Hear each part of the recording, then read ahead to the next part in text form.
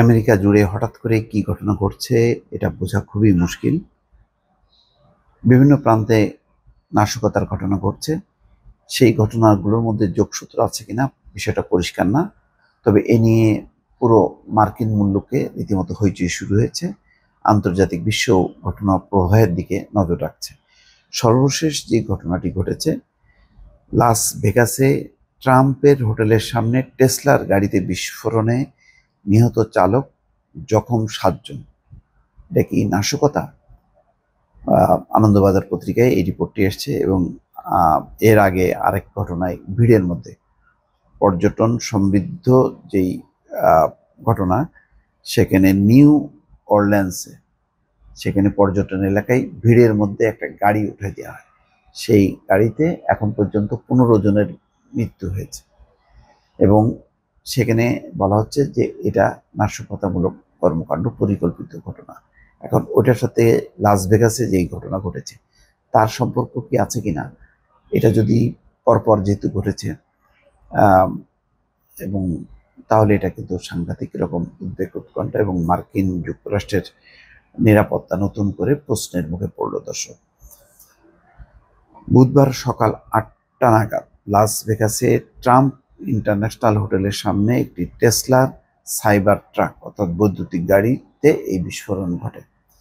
বিস্ফোরণে মৃত্যু হয় গাড়ি চালকের, গুরুতর আহত হয়েছেন আরও 7 জন। বছর শুরুর দিনে লাস ভেগাসে আমেরিকার সদ্য নির্বাচিত প্রেসিডেন্ট ডোনাল্ড ট্রাম্পের হোটেলের বাইরে টেসলার বৈদ্যুতিক গাড়িতে বিস্ফোরণ হয়। বিস্ফোরণে এখন পর্যন্ত 1 জনের মৃত্যু হয়েছে বলে জানা গেছে, গুরুতর আহত আরও 7 জন।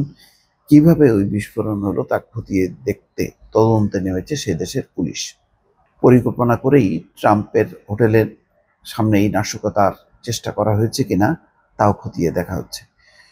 বুধবার সকাল 8টা নাগাদ লাস ভেগাসে ট্রাম্প ইন্টারন্যাশনাল সামনে একটি টেসলার সাইবার ট্রাক অর্থাৎ বৈদ্যুতিক গাড়িতে এই বিস্ফোরণ ঘটে। বিস্ফোরণে মৃত্যু হয় গাড়ি চালকের, পাশাপাশি গুরুতর আহত হয়েছে আরও 7 জন। লাস ভেগাস মেট্রোপলিটন পুলিশের যে প্রধান কেভিন ম্যাকমাহিল জানিয়েছেন, প্রাথমিকভাবে এই বিস্ফোরণকে বিচ্ছিন্ন ঘটনা বলেই মনে করছে পুলিশ। তবে বুধবার সকালে নিউ অরল্যান্সের হামলার সঙ্গে লাস ভেগাসের বিস্ফোরণের কোনো যোগসূত্র থাকার সম্ভাবনা পুরোপুরি উড়িয়ে দেওয়া যাচ্ছে না। নিউ অরল্যান্সের ওই ঘটনায় এখন পর্যন্ত 15 জনের মৃত্যু হয়েছে। কেভিন জানিয়েছেন, টেসলার বিলাসবহুল বৈদ্যুতিক গাড়িটি থেকে জ্বালানি, মর্টার এবং আতশবাজি পাওয়া গিয়েছে। ওই বাজি থেকে গাড়িতে বিস্ফোরণ হয়ে থাকতে পারে। ঘটনার পরেই সরব হয়েছেন টেসলার কর্ণধার ইলন মাস্ক।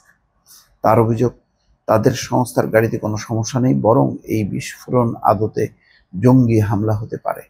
ইলন বলেন, জঙ্গিরা হামলার জন্য ভুল গাড়িকে বেছে নিয়েছিল। হোটেলের লবির কাচ পর্যন্ত ভাঙেনি বিস্ফোরণে। টেসলার কর্ণধারের মন্তব্যের পরেই নানা মহলে শুরু হয়েছে জল্পনা। ঘটনার তদন্তভার তুলে দেওয়া হয়েছে এফবিআইয়ের হাতে। এফবিআইয়ের স্পেশাল এজেন্ট জেরেমি শোয়ার্টস জানিয়েছেন, ঘটনার সঙ্গে সন্ত্রাসবাদী গোষ্ঠীগুলির কোনো যোগ আছে কিনা তা খতিয়ে দেখা হচ্ছে। এত বড় ঘটনায় কি ঘটেছে? প্রেসিডেন্টের পরিবার, ট্রাম্পের ছেলে তথা ট্রাম্পের সংস্থার অন্যতম গুরুত্বপূর্ণ দায়িত্বে থাকা এরিক ট্রাম্প সংবাদ মাধ্যমে বলেছেন, বিস্ফোরণের খবর পেয়েছি, তবে আমাদের হোটেলের অতিথি এবং কর্মীরা নিরাপদে আছেন। আপাতত তাদের নিরাপত্তা সুনিশ্চিত করাই আমাদের উদ্দেশ্য। ঘটনার পরে ওই হোটেলের অতিথিদের নিরাপদে অন্যত্র সরিয়ে দেওয়া হয়েছে বলে খবর। যাই হোক, মানে যেহেতু পরপর দুটি ঘটনা ঘটেছে, প্রথমটি তো ভয়াবহ, যেখানে 15 জনের মৃত্যু ঘটেছে।